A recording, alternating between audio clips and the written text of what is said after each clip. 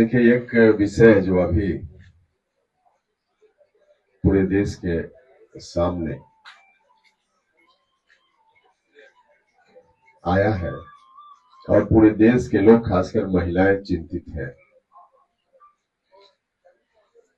हमारी भारत की सरकार आदरणीय प्रधानमंत्री नरेंद्र मोदी जी के नेतृत्व में देश की आधी आबादी को उनका हक देने जा रही थी। हमारी पार्टी हमेशा से इस राय की रही है कि महिलाओं को लोकसभा में, राज्यों की विधानसभाओं में प्रतिनिधित्व मिलना चाहिए, उचित प्रतिनिधित्व मिलना चाहिए। हमारी पार्टी इस राय की भी रही है कि महिलाओं को प्रतिनिधित्व मिले, उसमें पिछड़े वर्ग की महिलाओं को भी प्रतिनिधित्व मिले, शेड्यूल्ड कास्ट, शेड्यूल्ड ट्राइब्स की महिलाओं को भी प्रतिनिधित्व मिले। अभी जो बिल आया था उसमें एससी एसटी की महिलाओं को प्रतिनिधित्व देने की व्यवस्था थी। विपक्ष के लोगों ने सवाल उठाया कि ओबीसी वर्ग की महिलाओं को प्रतिनिधित्व नहीं दिया जा रहा है। हमारी पार्टी ने इस बिल का समर्थन किया और हमारी राय अभी भी है कि उस बिल को पास होना चाहिए था, क्योंकि महिलाओं के लिए इतना बड़ा कदम भारत की सरकार ने उठाया था। यह ठीक है कि फिलहाल ओबीसी वर्ग की महिलाओं के लिए आरक्षण की व्यवस्था उसमें नहीं थी, लेकिन अभी जो स्थिति है उस स्थिति के हिसाब से फिलहाल ऐसा करना संभव नहीं था। अगर ऐसा करना संभव होता तो भारत की सरकार जरूर करती। गृह मंत्री जी ने आश्वासन भी दिया कि भविष्य में ऐसी स्थिति आएगी तो ओबीसी वर्ग की महिलाओं का भी हम ख्याल रखेंगे। और स्थिति यह थी कि अभी जातीय जनगणना चल रही है।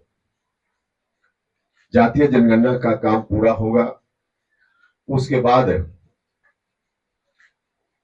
क्योंकि ओबीसी वर्ग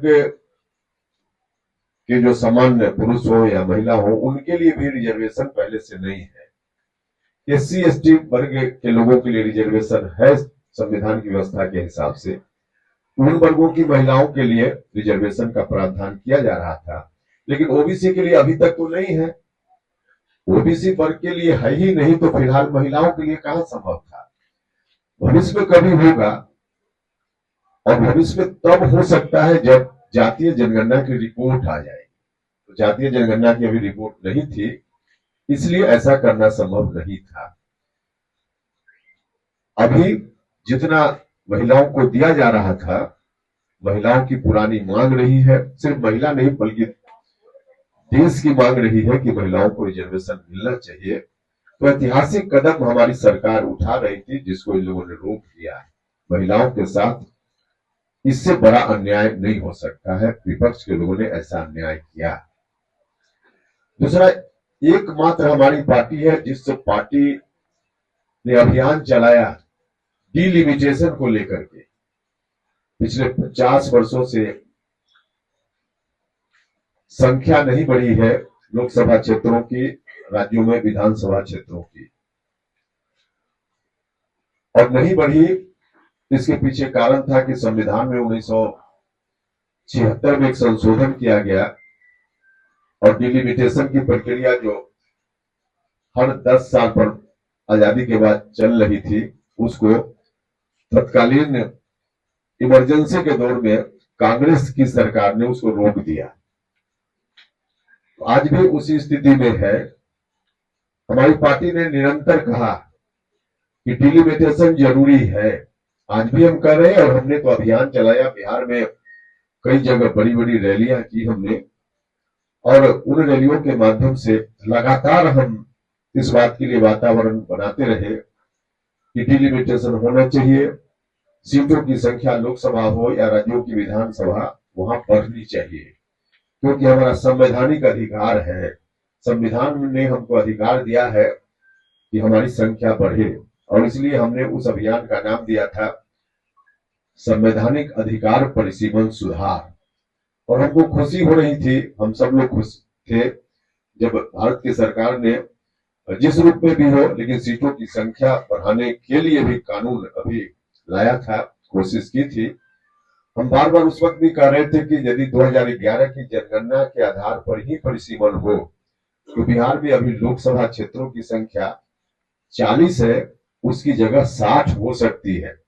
हम लोग बहुत प्रसन्न थे जब भारत की सरकार ने अभी 40 से 60 लोकसभा क्षेत्रों की संख्या लाने का निर्णय लिया, और इसके लिए भी बिल था, डिलिमिटेशन होता तो बिहार में 40 की जगह 60 लोकसभा क्षेत्रों की संख्या हो जाती, और विधानसभा में भी अभी 243 की जगह 365 विधानसभा क्षेत्रों की संख्या बिहार में हो जाती। तो इतनी बड़ी संख्या बढ़ती, बहुत सारे नए लोगों को भी चुनाव लड़ने का मौका मिलता, और संसद में बिहार के 40 की जगह 60 लोगों को जाकर प्रतिनिधित्व करने का मौका मिलता, और बिहार में भी विधानसभा क्षेत्रों की संख्या 365 हो जाती, तो बहुत सारे लोगों को मौका मिलता, महिलाओं को भी मौका मिलता, उनकी संख्या उसमें 33% होती।